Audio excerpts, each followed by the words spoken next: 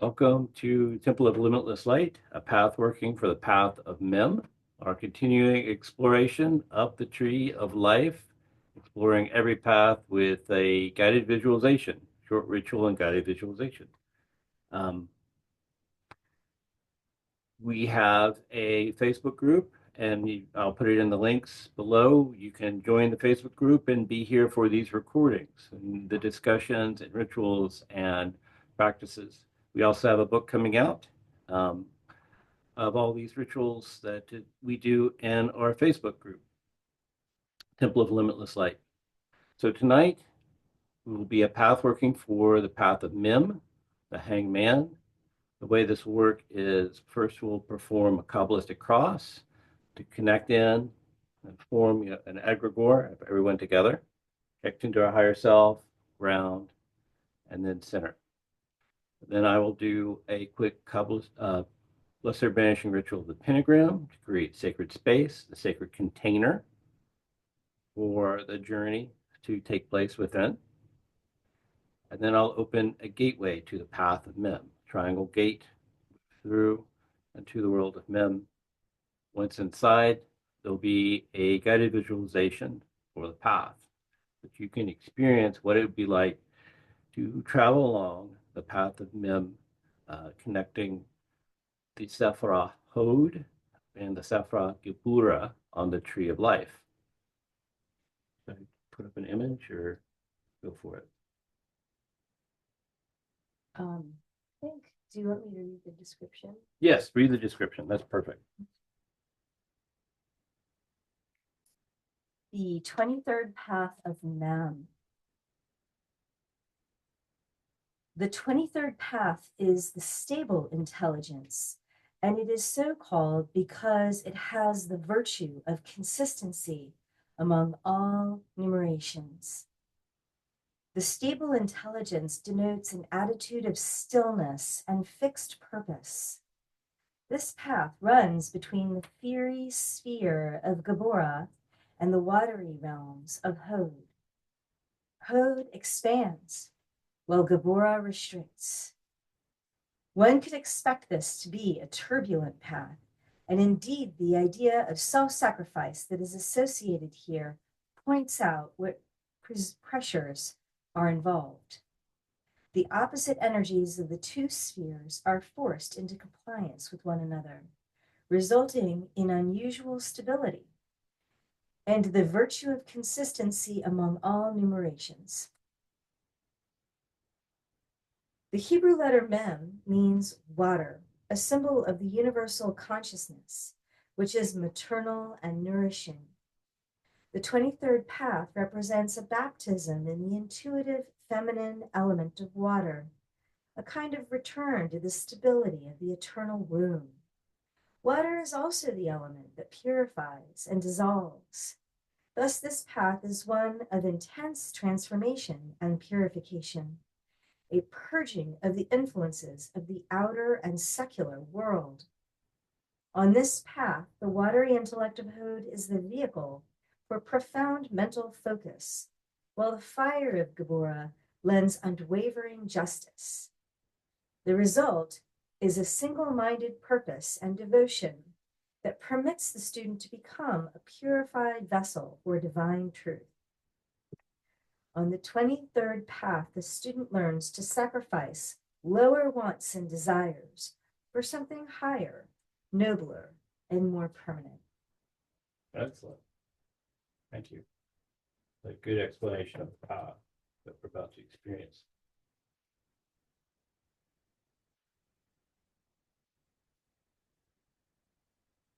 All right. Shall we begin with the Kabbalistic cross?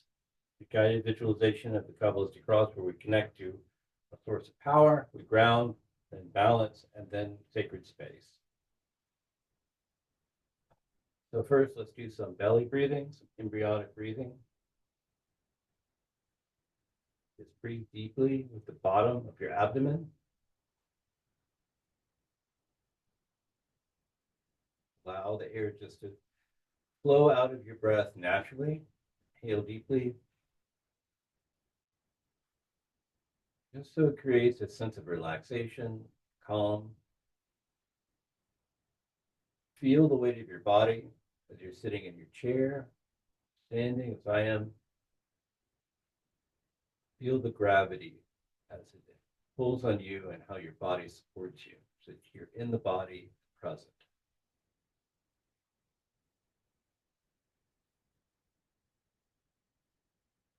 Now, imagine yourself growing larger and larger. Your head going up through the ceiling, through the atmosphere, past the moon, into space, till the earth is but a small ball beneath your feet. Reach up above your head, touch a golden sphere of pure brilliance. Pull the light down to your forehead and vibrate. Oh.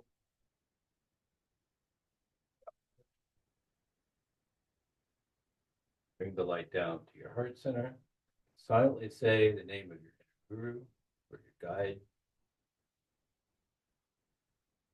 And then bring the light down through the center of your being, down to the very fiery core of the planet itself. So you're standing in a column of light. Vibrate.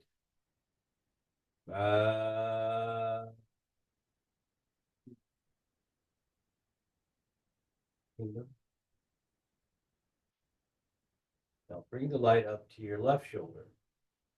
Visualize a ball of blue flame representing love and compassion. Bring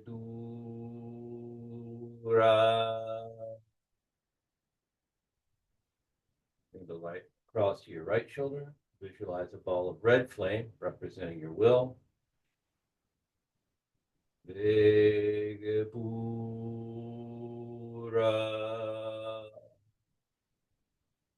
Clasp your arms on either shoulder. Deolam. Amen. Stand there for a moment, feeling the interjection, the connection, grounding, the balance, the cross of light.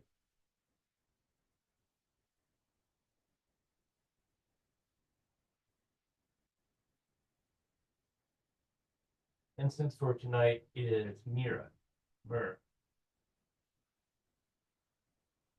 Goes with the path.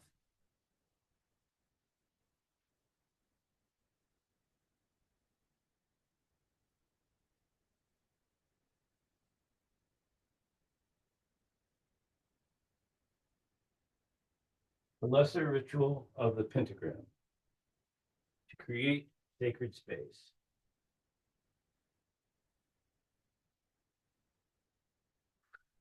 Facing east.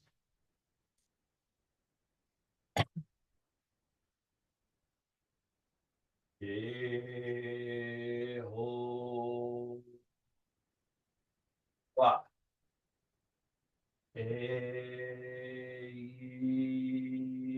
Exarch.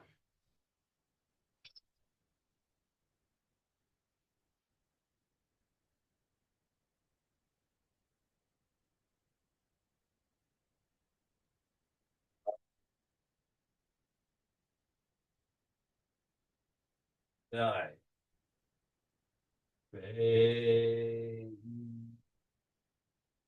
Obey.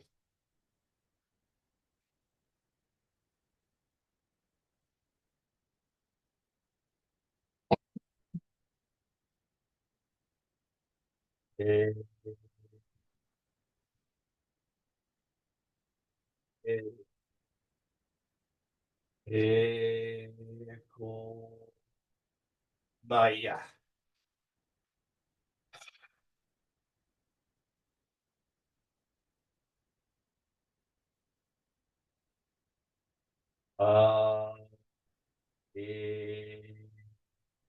La.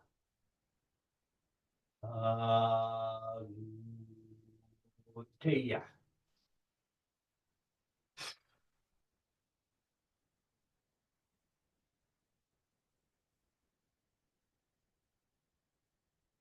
Before me, Raphael. Behind me, Gabriel. right hand, Mikael, my left hand, Uriel. For about us flame the pentagrams, and within me shines the six-rayed star.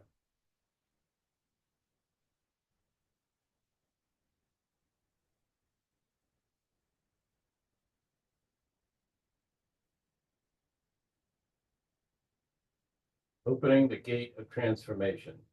To open the gate of Mem. I open the gates between worlds. I summon the guide who will aid and assist us on our journey through the underworld. I open the gates between worlds. I invoke the fierce guardian which shall test us and bar our way, deem that we are worthy. I open the gates between worlds. I invoke the ordeal that we must face in order to gain the boon which we seek, the self-understanding. I open the gates between worlds. I open the path of Mem.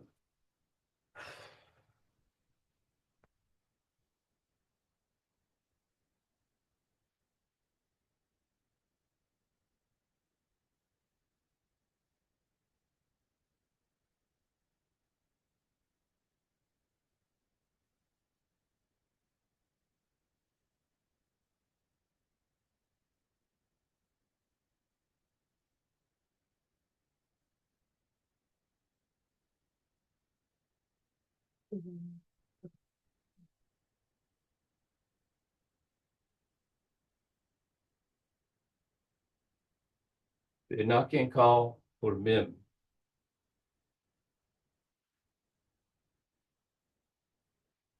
O el vino de losa de ael dasriani o eoni oresa e gia hei Mem.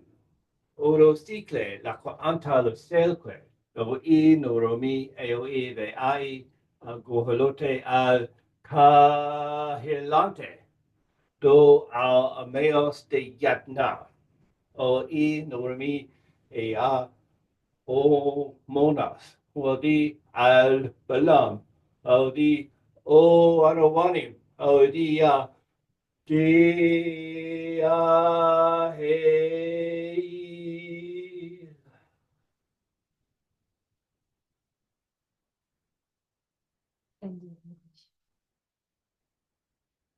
I invoke the power of the first, which shall open the gates beyond the power of Azonai, the gates of Mem. Unto me is the star child reborn and resurrected. In the name of the unity of being, power is in my eyes, in my heart, on my lips, in my eyes, and in my soul.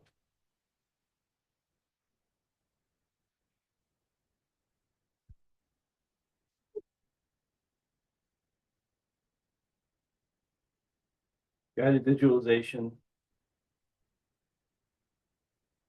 for the path of Mem.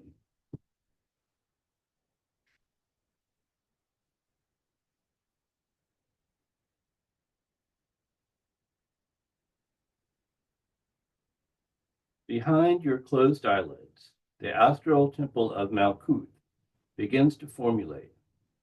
You intone the divine names of Adonai Haaretz, Sandalphon, Ashim. Sandalphon emerges, and you exchange the signs with her. When she asks you why you have come to the temple of Malkuth, you hold up the silver chalice. The archangel escorts you through the portal of Shin in the northeast of the temple and up to the 31st pass to the temple of Hod. Leaving Sandalphon, you enter the water temple, giving the projection side. Once inside, you give the sign of silence. The eight-sided temple is draped in orange silk, which surrounds you.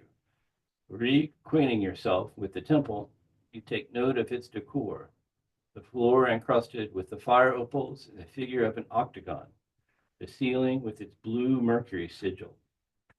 and the central blue altar, topped by the ever-burning flame, the chalice of water, and the leather-bound book of knowledge with the octagram adorning its cover. You announce your presence in the temple by vibrating the divine names which call forth its inhabitants. Elohim Zabaoth, Mikael, Beni Elohim.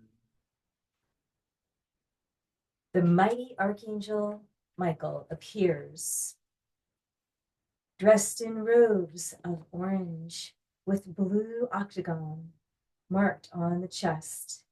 He questions you. You have the water temple of the lower realms of the tree of life. By what symbol dost thou enter herein? You hold up the chalice. By the symbol of the silver chalice. Michael gives a nod of satisfaction and then addresses you. In the courtyard of the Hebrew tabernacle in the wilderness, between the altar of the burnt offerings and the entrance to the holy place,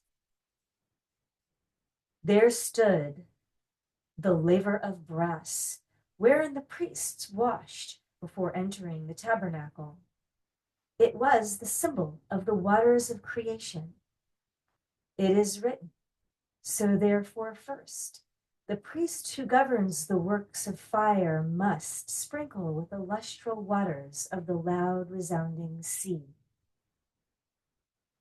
Michael takes you to the east of the temple and draws back a portion of the orange drapery to reveal a blue archway bearing the white letter Mem on its keystone.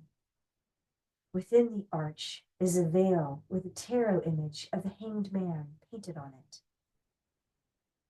The archangel traces the watery triangle in the air.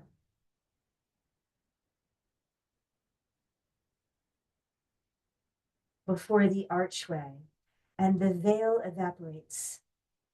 In its place is a door carved out of aquamarine.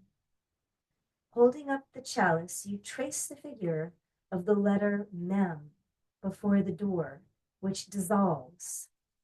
Stepping through the portal, you enter the path of Mem. As you do so, you hear the voice of Michael as he speaks to you. It is written, if any man will come after me, let him take up his cross and deny himself and follow me.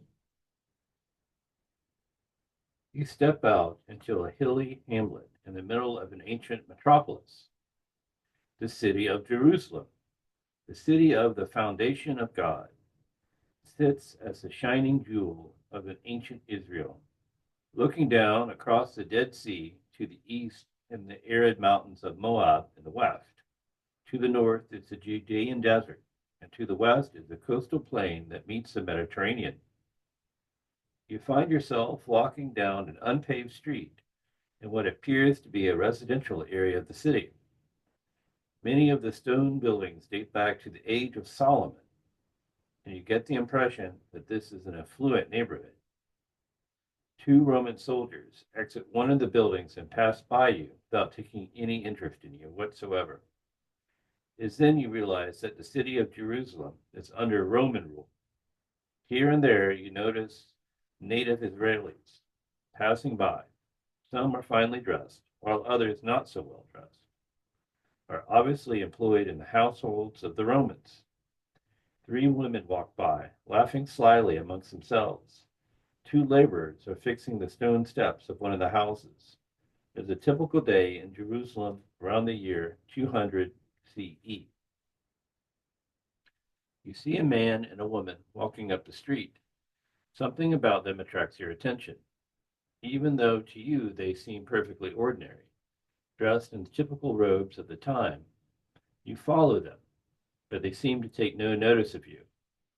Trying not to call attention to themselves, they pause briefly near the entrance to one of the houses. They comment quietly to themselves, seemingly unaware that you overhear them. This was once the house of Pontius Pilate, the governor of Judea, says the man to the woman. It was here that our Lord was condemned to death. They both make the sign of the cross on themselves and continue down the street. You follow them. Trailing after the couple, you pass into another area of town where there is a large communal hall. The couple stops again for a poignant pause. The soldiers brought him here to the praetorium, says the woman to the man. It was here that he was beaten, given a crown of thorns, and made to take up his cross. Again they cross themselves and proceed down the street. You continue to follow the pair as they move through the city, stopping periodically. They reverently point out different sites of interest, and you overhear many of their comments. This is where he fell. This is where another was made to bear the cross. Here is where he fell again. Eventually, the couple leads you outside the city walls to a hill near a road. This is the hill of Golgotha, or the hill of the skull. The Romans called it Calvary. This is the place of execution. Beams of wood are still scattered around the hillside. The couple remains at this spot for some time. They kneel and pray for a while, crossing themselves several times. Eventually, they continue up the road to visit other sacred sites. You remain at the hill, however, sitting down to meditate. After a few moments, a vision comes over you. You see a crowd of people gathering.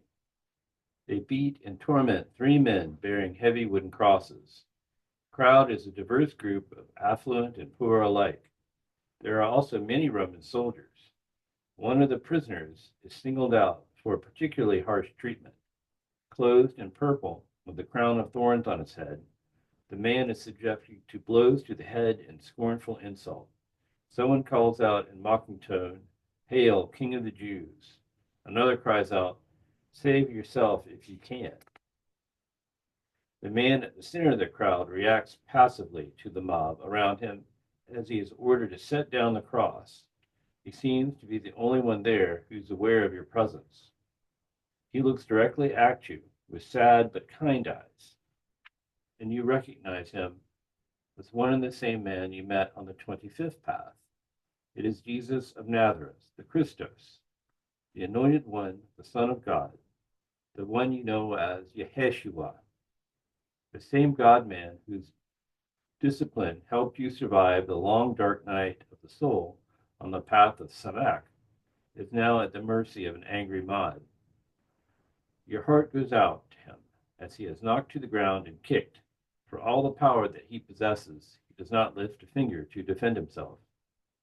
He is raised to his feet and stripped of the purple robe, and then he is shoved to the ground, where his wrists and feet are cruelly nailed to the wooden cross. The other 2 captives are crucified as well. The Christos winces in pain. With ropes, the soldiers raise the cross and set it into place. Hours seem to pass as minutes, while the crowd continues to jeer and throw stones. If you are truly the Son of God, then save yourself, they shout. At one point, bruised and bleeding, Yeshua yells out in pain, "My God, why have you forsaken me?" After a few moments, he cries out to heaven, "Father, unto your hands I commit my spirit." He slumps forward and is still. Sadly, suddenly the crowd is dead silent. The mob is motionless, fixed like statues in various poses. Time seems to be suspended. Looking up at the cross, you no longer see the battered, bloody form of Jesus on the cross. In his place, you see Yeshua, the Christos, revitalized as a radiant king dressed in robes of royalty and crowned with a golden crown. His arms are outstretched in the form of the Tau cross of life. A white halo of light surrounds his entire body. He seems to float just in front of the cross. It is a brilliant vision. In your mind, you hear the voice of Yeshua speaking to you. Those who aideth me in my suffering, the same shall partake with me in my rising. For it is written, if ye be crucified with Christ, ye shall also reign with him. You understand this to be the message of the path of Mem. You must be willing to sacrifice for what you believe in. But what is sacrifice? It is more than simple charity or kindness to others. A real sacrifice means giving up something that is precious to you. And the ultimate sacrifice is sacrifice of the self. It is voluntary forfeiture of the lower self. Rising to your feet, you hold up the silver chalice and address the figure of the Christos. I accept the bonds of self-suffering and self-sacrifice. Suddenly there's a flash of light, and you find that you have taken the place of Christ on the cross. You are aware of the pain throbbing through your hands, your head, and your feet. Looking at your right hand, you see one of the spikes that pins you to the cross. Blood slowly drips from the wound. Your first instinct is to take back your words and say that there has been a terrible mistake, but an inner voice tells you to be silent and resist the urge and see this process through to its completion. The two other crucified prisoners are gone. The silver chalice lies at the foot of the cross. The crowd below springs back to life, but now instead of the citizens of ancient Jerusalem, you see people you know. Employers, parents, clergymen, co-workers, childhood peers, friends, neighbors. Almost everyone you've ever known from early childhood to the present day is there. Some are people you've never gotten along with. These are the ones in the crowd who continue to hurl stones and insults at you as you bleed on the cross. These are the ones who have always kicked you when you were down, so you're not surprised by their behavior now. But ones in the crowd are more troubling to listen to. They beg and plead with you to save yourself, to leave your spiritual path and come down off the cross. Come back home, they cry. We want you to come back just as you were. We don't want you to change. Be one of us again. Others in the crowd take a more threatening approach. Stop this nonsense and come down from there, right this instant. They shake their fists in anger, hurt, and desperation. Are you nuts? If you don't come down from there, you're on your own. We'll wash our hands of you. Your head aches and your arms feel as though they will pull out of their sockets. Whether or not the figures in the crowd represent real people or are simply archetypes in your own mind, it doesn't matter. You have decided to sacrifice the lower self for the sake of union with the higher self. The sacrifice is great, but the rewards are even greater. The fact of the matter is, you couldn't turn back even if you tried. You have already been transformed by your experiences on the tree of life. You have dared to venture on a different path that few will choose, much less understand. It is a lonely path, but those who truly care for you will not desert you. You speak to the higher self within you and say, forgive them, Adonai, for they do not know what they're doing. The day turns to evening. With the coming of darkness, the crowd gradually disperses. Soon you are all alone, and the only light, 3 torches to see by. You are tired and in pain. Just thinking makes your head hurt. You don't know how much more of this you can take. Time has no meaning here, and you know that whatever else happens to you, you stood your ground and saw your path through to the limits of your endurance. You never wavered from your spiritual goal. From somewhere deep within your soul, a prayer rises to your lips. Unto me, soul wise, soul mighty, and soul eternal one, be praise and glory forever, who has permitted this aspirants to penetrate thus far into the sanctuary of the mysteries. Not unto me, but unto thy name be the glory. Let the influence of thy divine ones descend upon my head and teach me the value of self-sacrifice, so that I shrink not in the hour of trial, but my name may be written on high, and my genius may stand in the presence of the holy ones. In that hour when the Son of Man is invoked before the Lord of Spirits, and his name in the presence of the Ancient of Days. There is a clap of thunder, and it begins to rain. It is gentle, but steady, and the warm water relieves the pain from your wounds. You begin to feel regenerated, and as life returns to your weary limbs. It is pouring now, but each drop that falls on your skin is like a kiss. So much water falls from the heavens that soon the ground around the hill is covered with it. It is only a short while before the water reaches the bottom of the cross itself. The chalice on the water below overflows with water. It rains through the night, but by morning the clouds disperse. There is a veritable sea of water surrounding the foot of the cross. The walls of Jerusalem are gone, and an ocean stretches as far as you can see. The dawning sun on the horizon creates slivers of golden light that are refracted by the waves. A gentle ocean breeze ruffles your hair. You no longer feel pain, just a curious sense of detachment from your body. It is very peaceful. Looking down, you see a figure under the surface of the water.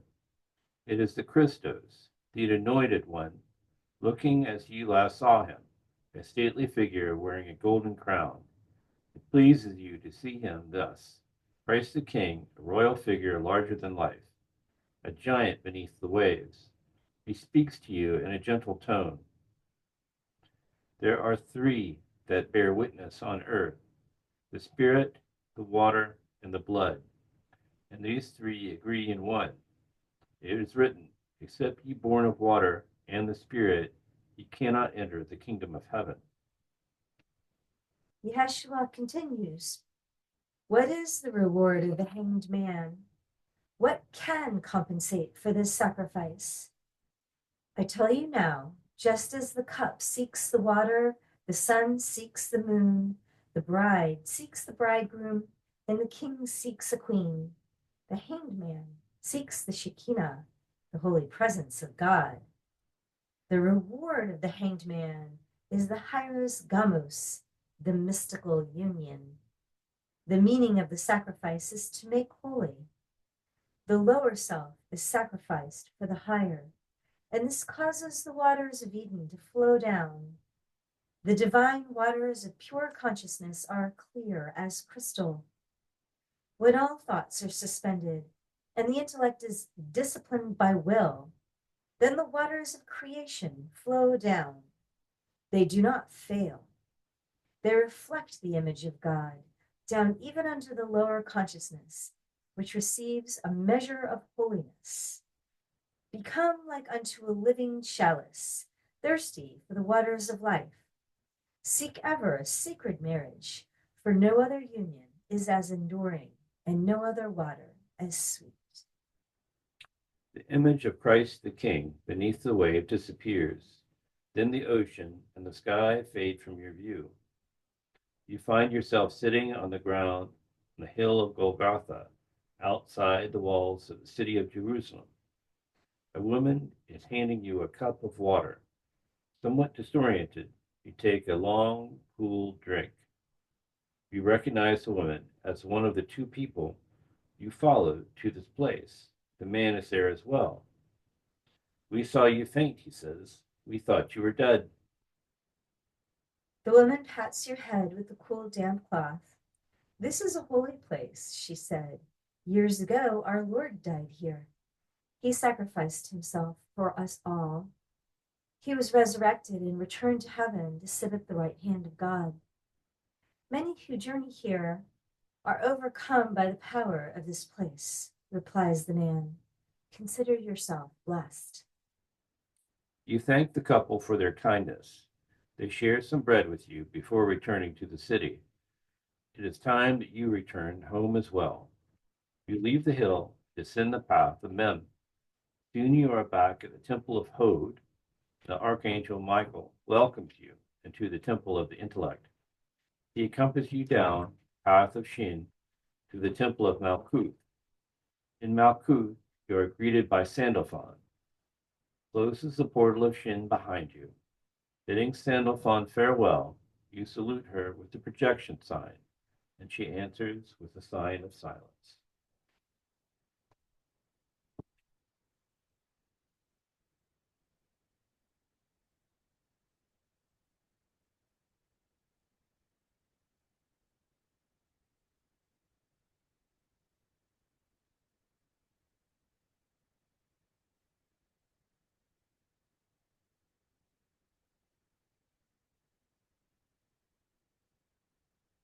Guided visualization is over. Open the path of return. I open the gate of return.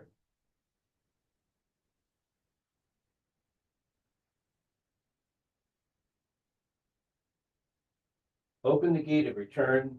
I invoke the guide. He shall call us forth to return to the world of the living and awake. I open the gate between worlds. I invoke the guardian. Shall challenge us. We must separate truth from falsehood and bring back the truth of the boon that we gain from our spiritual journeys. I open the gates between worlds. I invoke the ordeal. We must take what we have learned and our insights and apply them to our lives and to our world. I open the gates between worlds. I open the gate of return. We come forth by day.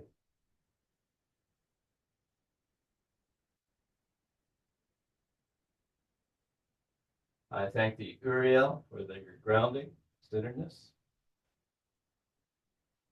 I thank you, Gabriel, for the static states that you bring us to.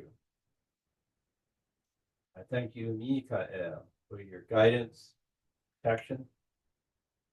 I thank you, Raphael, for your equanimity and balance, insight.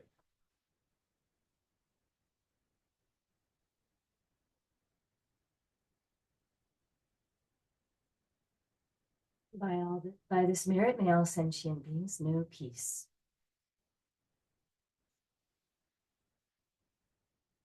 The rite is complete. Feel free to sit in meditation for as long as you wish. Thanks again. Thanks for coming, everyone.